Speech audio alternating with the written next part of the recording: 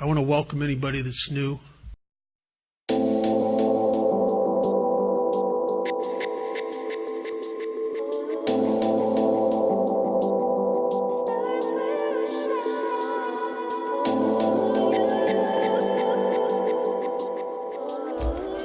I'll tell you, I've been gone to some great lengths to get to a meeting, but never like this.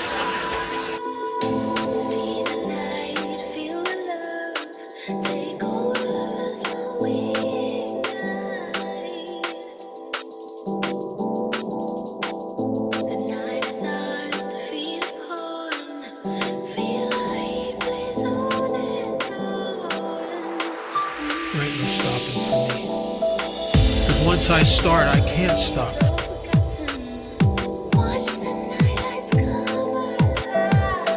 I don't know that I have this disease called alcoholism.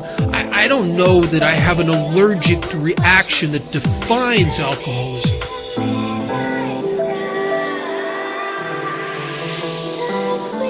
And this allergic reaction is when I drink alcohol, I break out this phenomenon of craving, and what that really is as the buzz, as the glow starts to hit me in my wiring, which is 100% alcoholic, comes a yearning and a craving for more of that feeling, more of that, and I can't get enough.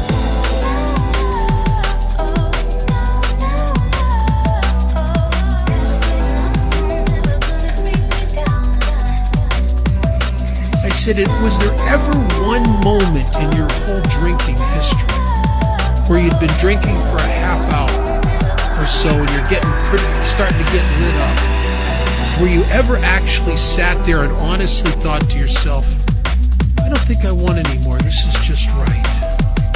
And he looked at me like, no. I said, only alcoholics are like that?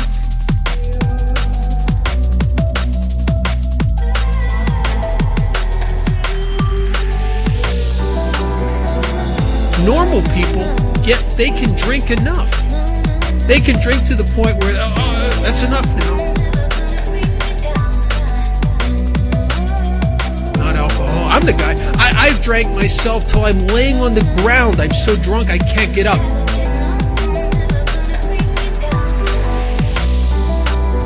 I'm the guy, if I'm still conscious, I ain't done drinking. And that was the story of my whole drinking career.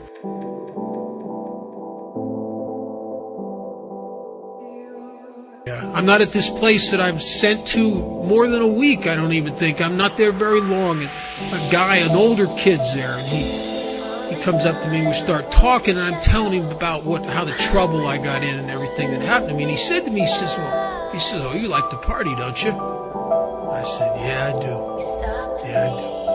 He says, but you drink that liquor, that makes you stupid. I said, I don't know, man. I like that liquor. I like the time I was drinking 151 rum was my favorite at the time. He says, what if I told you that I could give you something and make you feel about as good as that, maybe even better? Can't smell it on your breath, will not make you slur your words. You will not stagger, and you can keep a whole week's supply in your shirt pocket when you're high. Most people won't even know it. What would you say to that? Sign me up.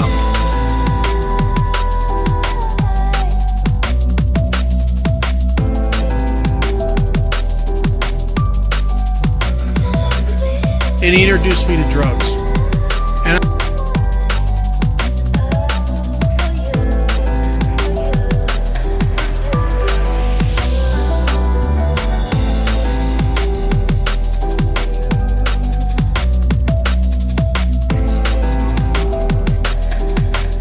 I did drugs alcoholically.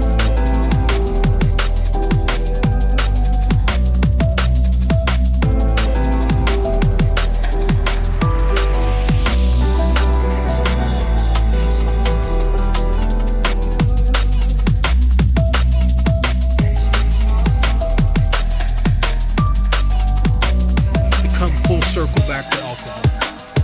I think I did drugs for the same reason that Dr. Bob did drugs in his story. Dr. Bob was an alcoholic of my type. Every time he drank, he couldn't wouldn't stop. He'd get so whacked. I mean, the day Bill tried to meet with him, it was Mother's Day, and he went out to have a couple drinks, and the end result, he's taking a nap under the dining room table. I mean, you gotta love a guy who takes a nap under a dining room table. I mean, because that's the kind of drunk I am. So Dr. Bob started doing sedatives, barbiturates and high-powered sedatives, and he did them for 17 years of his life every day because it enabled him to buy himself periods of abstinence because he'd gotten so much trouble when he started to drink. And that's my whole dance of death with drugs was for that. And plus there was the facade of being a hippie and a head and all that stuff. But I came full circle back to alcohol because I am the guy who needs the effect. Dr. Carl Jung, in a letter to Bill Wilson in the early 1960s, said something to Bill in this letter. He said that he was afraid to tell Roland Hazard. He said he always suspected that this was true of alcoholics, that their thirst for alcohol was a low-level thirst of their being for unity, for connectedness, for wholeness, or as expressed in medieval terms or religious terms, a union with God. And I drank because I thirsted for the effect.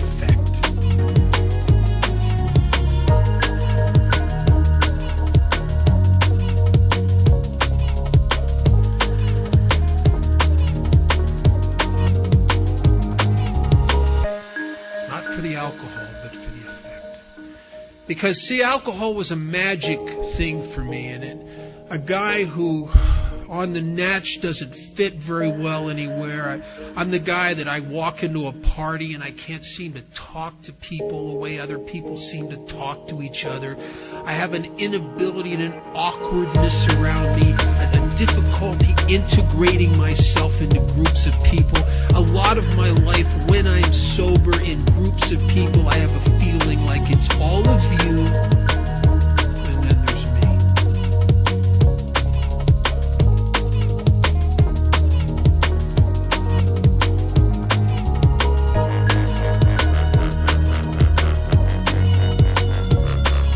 As if there's some invisible yet impenetrable barrier between me and the rest of life that I can't seem to surmount.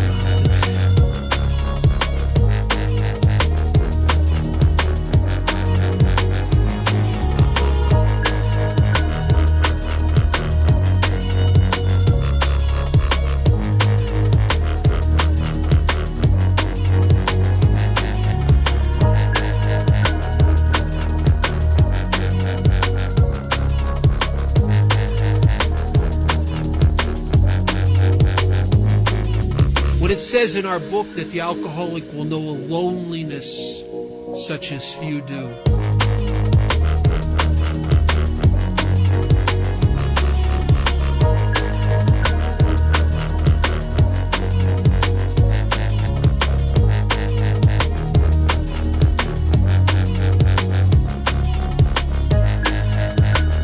And those were the worst years of my life.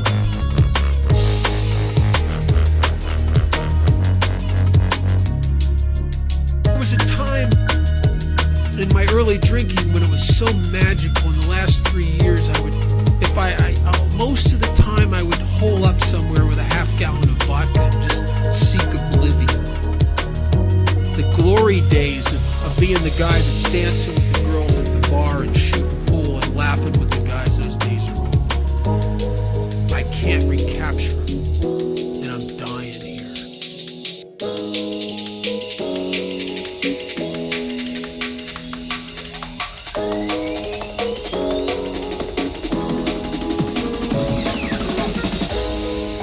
You're with me, I am safe, and I reflect your every move. I'm floating on a soothing wave, but now I need to know the truth.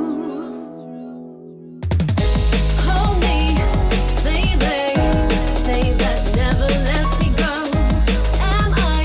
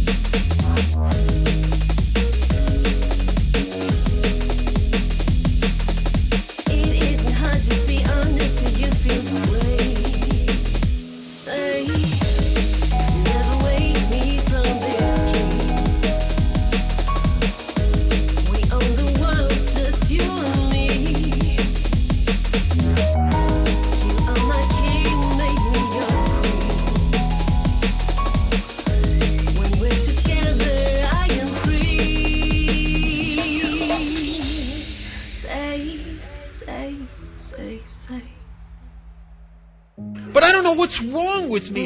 And all I really want is, I don't want much. I want one thing. I want one thing more than I want anything. And it's the one thing I can't have. Say, do you love me? Do you love me? Say,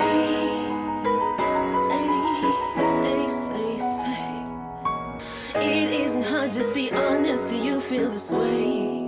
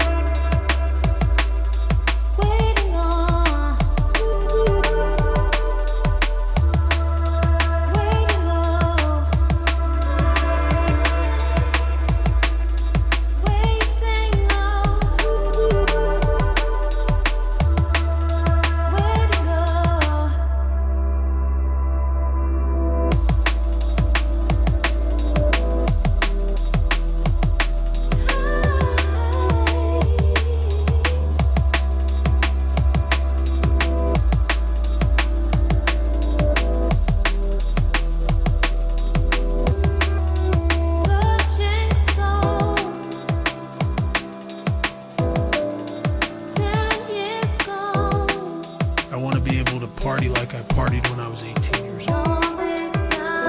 And I will do anything to do that, and I can't do it, and I'm killing myself chasing this illusion. It's the book talks about self-delusion, that we're driven by it. And if you don't know what self-delusion is, it's psychotic, wishful thinking. It's all the reality, and the evidence is that the party's over and has been over and is not, you can't recapture it. That's reality. But this wishful thinking, this self-delusion is that I don't want that to be true. I want the party to be still going, and I want it so desperately that I will start to imagine that I can drink again like I drank when I was 18 years old, when the evidence and the reality is overwhelming.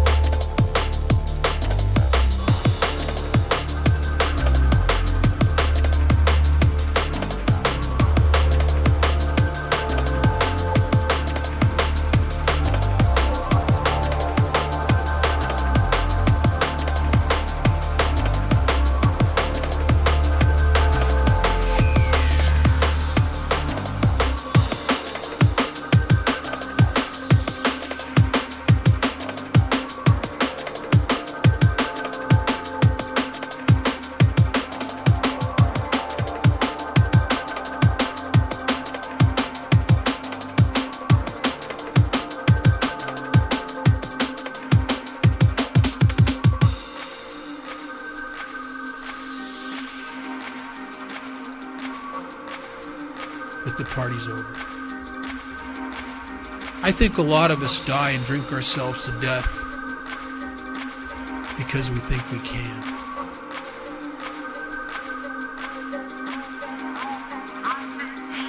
I bet you will like this, like a heartbeat in your face. I'll tell you just in case that it was made just for you. And if it's not your taste, I think you'd better go your way. 'Cause there's no time to waste, you're fond of music, I am too. Music, I am too. Music, I am too. Music, I am too. Music just for you. Music, I am too. Music, I am too. Music, I am too. Music just for you.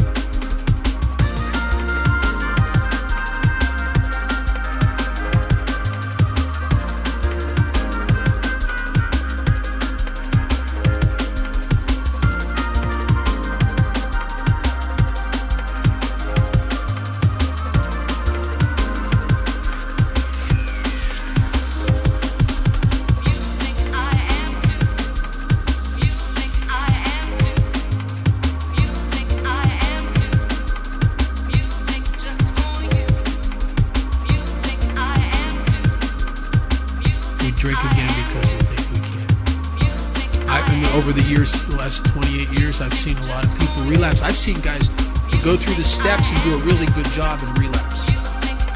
And they do it for one of two reasons. Either they never really smash the two delusions it talks about in the beginning of chapter 3. The idea that somehow, someday, somewhere, we'll control and enjoy. And I'll jumpstart the party and be able to get away. And as long as I had that, I was in and out of AA. Because I'm not going to be in here 100%. Not really. I can look like, because for your approval, I can look like I'm in here 100%. But I'm not in my innermost self, where I really live. I'm not in here 100% because I don't have to. Because I got a back door that if life ever gets painful enough, boring enough, lonely enough, frustrating enough, depressing enough, I'll go get high. Because I think I can. And I think I can in the face of overwhelming evidence that I can. You know what it was? Here's what my drinking was like the last couple years. I would hole up somewhere, I would drink, I would go on crying jags. I would feel sorry for myself. I don't bathe anymore because I don't care. This is not a party, this is pathetic. I am the whiny, crybaby, depressed, drunk that I couldn't even stand. Nobody even wants to drink with me anymore. You drink with me once or twice and that's it. Because you don't know what I'm going to do. I might be in a good mood. Or I might put my fist through a plate glass window and sever an artery and you're going to spend the rest of your night in the emergency room. Or I might just start whining about my father or mother and how much I hurt them. Or you don't know what I'm going to do, right? But it ain't good. I'm a party buster, man. It's pathetic. That's why I like to just hole up somewhere and get as out of it as I can.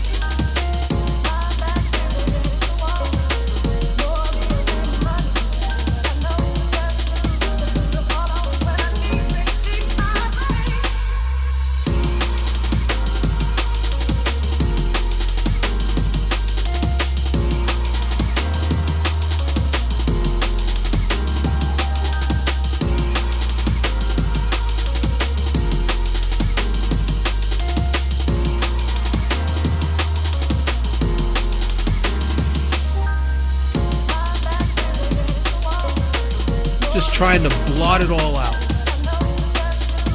In 1978, I was sober quite a while.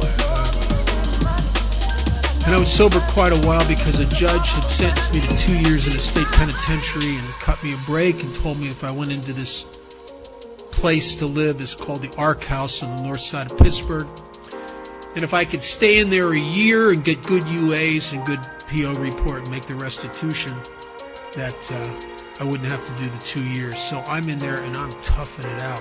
And I'm not drinking day in and day out and week in and week out. And I ain't taking no medications because I've done all that.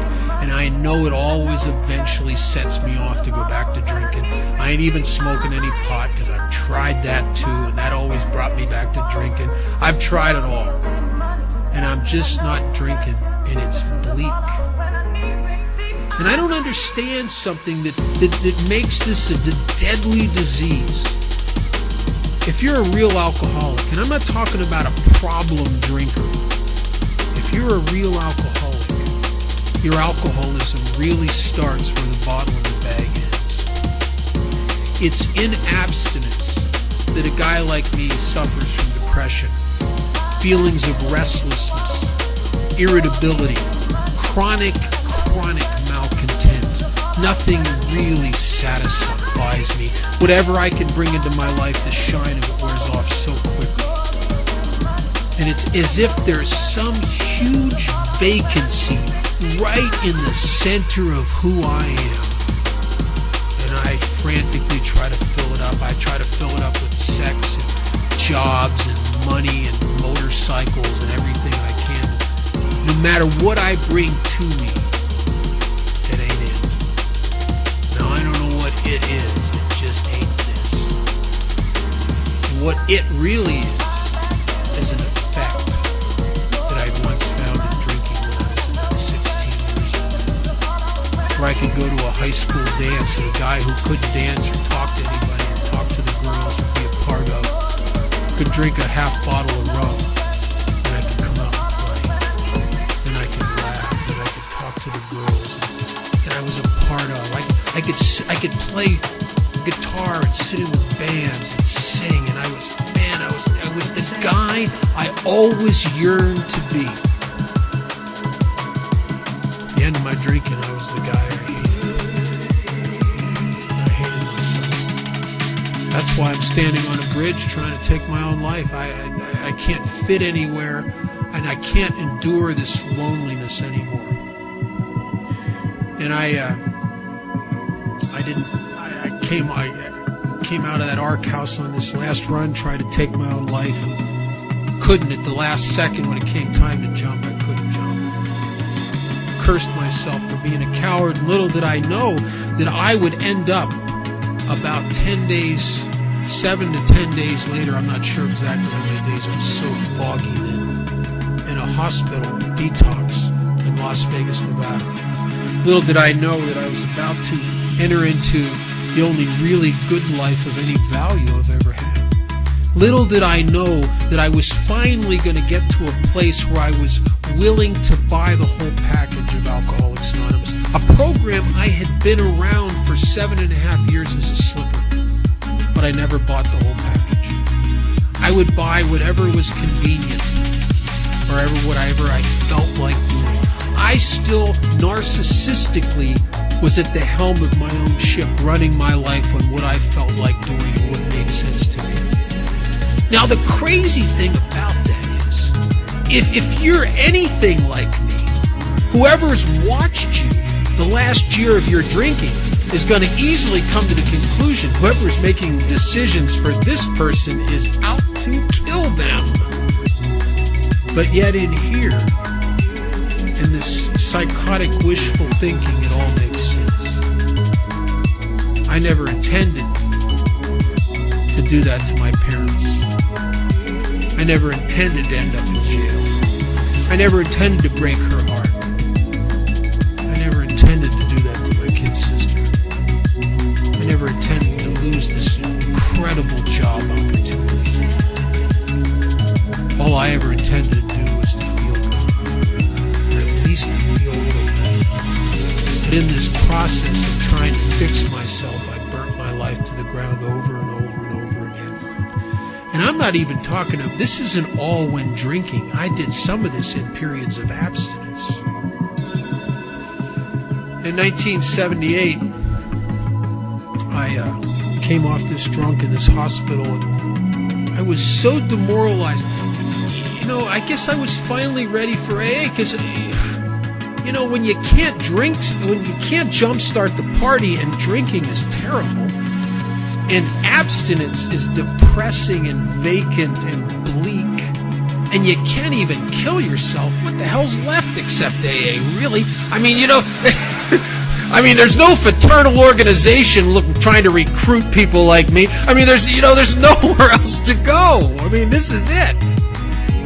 They call it the last house on the block. In the book, it says we get to a place where there was nothing left. Nothing left. No more plans, no more good ideas, no more hope. No more hope. I was finally an alcoholic of the hopeless variety. I was in a trap I could not spring, and I couldn't get out. And I'm sick, sober, and I'm sick, drunk, and I'm sick, medicated, and I can't change any of it. And I was finally ready for Alcoholics Anonymous.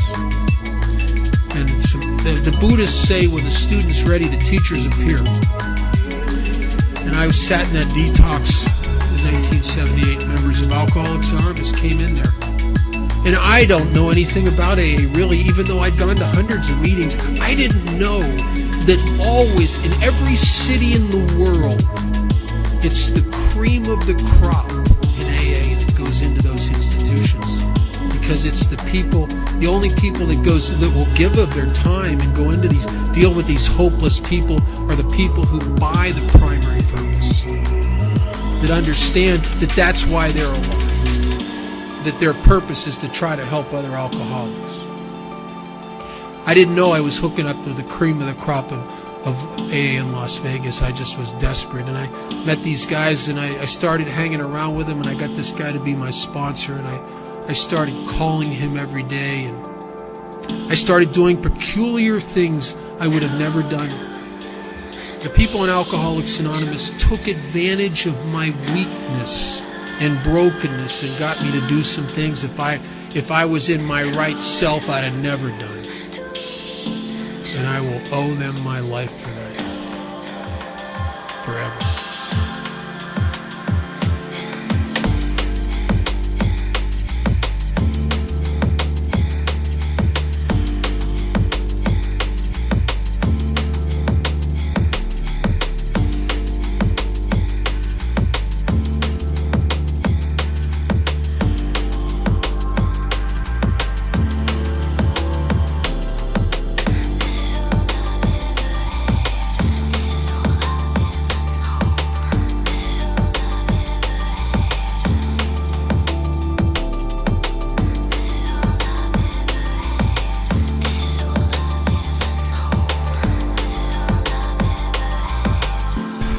Welcome anybody that's new.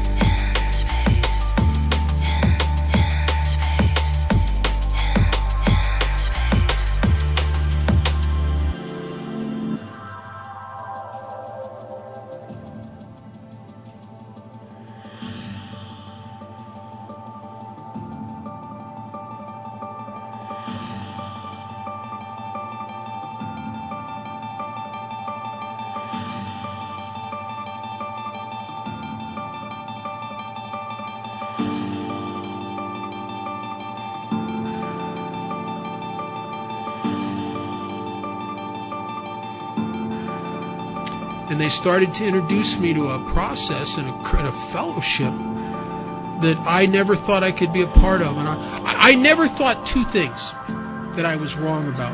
One is I never thought I could fit anywhere with people and be a part of sober, because I never could. The only time I ever felt a part of anything or be connected to people was in the early days of my drinking, when I was half lit up. I had just resided and myself to a life of that kind of separation and loneliness, and I lived in my head a lot, and I just was that way, and that's the way it was going to be. But the people in Alcoholics Anonymous didn't care about that. And they also, I resolved myself to the person that if I do find a way not to drink, it's not going to be good. To me, AA had good news and bad news. The good news that maybe if I went to thousands of these stupid meetings, I'll stay sober the rest of my life. And the bad news, I'm going to live a long time. Because I can't imagine life like this, because I feel like I'm doing time. Abstinence feels like I'm doing time. I feel like a mule in a hailstorm. I just hunker down and take it until I can't take it no more. And I can't believe that I could ever be a part of, and I can't believe I could ever be comfortable sober. But the funny thing about the actions and the fellowship and the steps of Alcoholics Anonymous is that they don't care, the actions don't care about your opinion of what you're going to do. And the actions of Alcoholics Anonymous work regardless. Matter of fact, I think they work better if you don't believe they're going to work.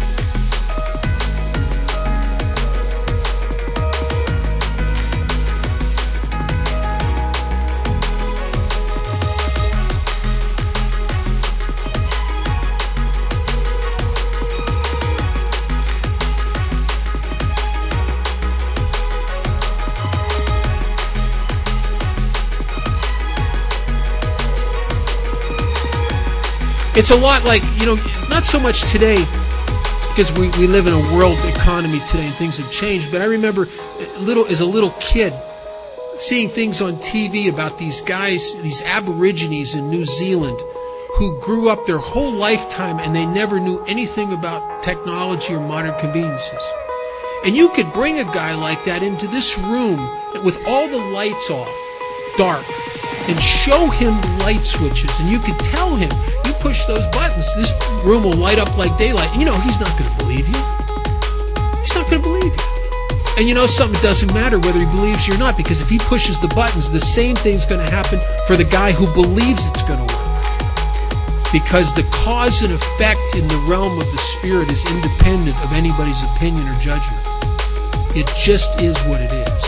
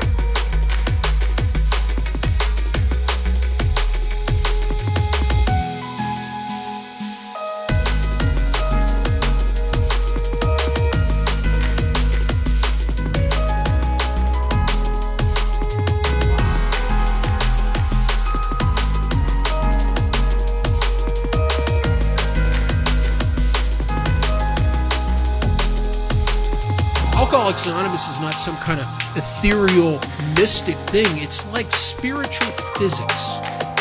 You do certain things, you get certain results, and you get them every time. We don't know what happens to guys like me. I can tell you today that I have a relationship in my life with a power greater than myself, a power that I call God, because I haven't found a better word. But I don't know that my experience with that is the same as yours. And Alcoholics Anonymous isn't going to tell you that you're going to have the same experience I have. All we're going to tell you is we're going to promise you something. We're going to promise you what I believe is the single most important promise of all Alcoholics Anonymous. And there's a couple hundred promises in that book. But the single most important is that something's going to wake up inside of you. Something's going to come alive that's never been alive before. And maybe for some of us, we had a glimpse of it being alive when you were 15 years old and you got lit up for the first or second time. And something woke up inside you. A vitality, an essence of somebody that you've always wanted to be. And I think that what happens in Alcoholics Anonymous is that we have an awakening. Something wakes up inside us. And with that awakening comes a lot of responsibility and a lot of awareness. Because one of the things that started happening to me as a result of the steps and a result of joining the fellowship and being a greeter and a coffee maker and a secretary and all the things we do in AA is that I started waking up to the fact that there were other people here. Now that sounds weird, but I think for my first 6 months of sobriety, I didn't even realize there was anybody else here. I mean, you were like cardboard cutouts for my entertainment or something. And then I started realizing there's actually people here. And some of them are a lot like me. And some of them have feelings like me. And some of them are struggling. And my consciousness was awakening.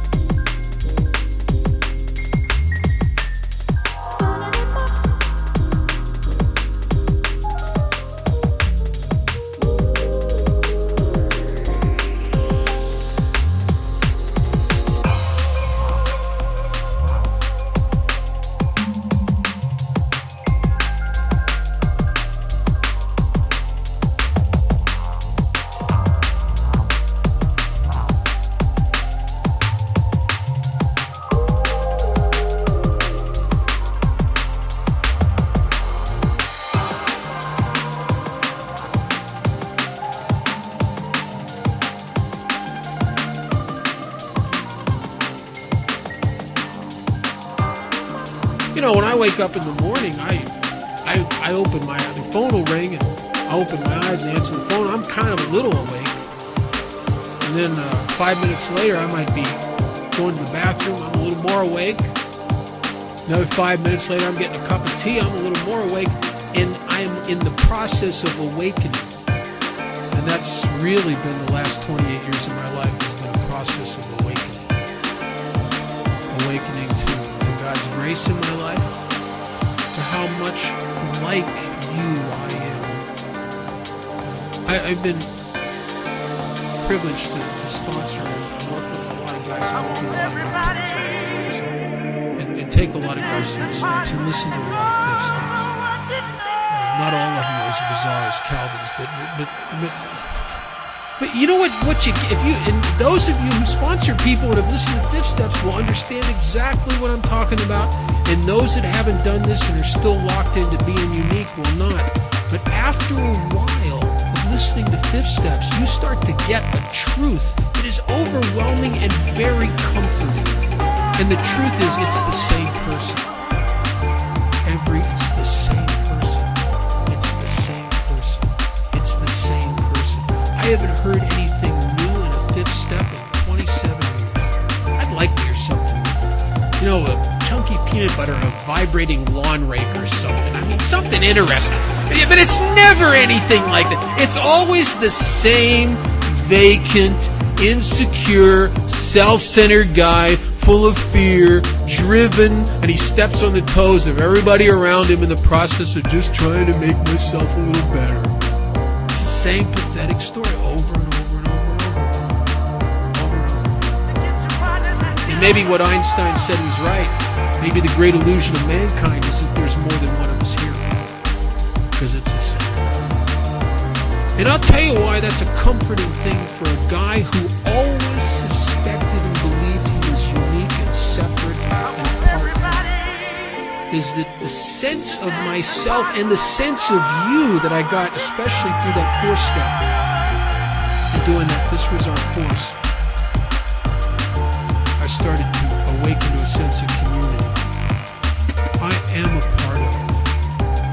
I can walk in. I just came from meetings in a couple other countries. I can walk into a meeting in any place in the world and have a sense of connectedness because the people I'm listening to in the meeting are me. Now, some of them are me on a really bad day, but they're me, and there is no difference. And the separation is an illusion. If you're new, I want to welcome you to Alcoholics Anonymous. There's a lot of work to do here. But if you're real lucky, you don't have anywhere to go. You don't have anywhere. And you can think, and all our newcomers think, they think they can go out again and like they're going to find a new life. They're either dead or they end up back here. So if you go out again, just remember, everybody that you're just going to be in the room again, raising your hand. Because there's nowhere else to go. You're going to end up back here for an alcoholic. You're going to end up dead. So, if you're real lucky and you know that, you have nowhere else to go, dig in. Get a sponsor. Follow this process in this book. Ignore all the psychobabble and all the crap that tries to come in here from the treatment centers and everywhere else. Just ignore it. Do the fundamentals of Alcoholics Anonymous. By your primary purpose, that you are alive, not to gratify yourself, but you're alive for one reason only. Because your pain and suffering has divinely crafted you to help a guy that's going to come through those doors that's just like you, maybe 6 months down the road. Realize that in God's hands, even the worst things about you become vital and useful tools. And claim your sense of community and your inheritance. And we will see each other on the road to happy destiny. Because you're going to be an example of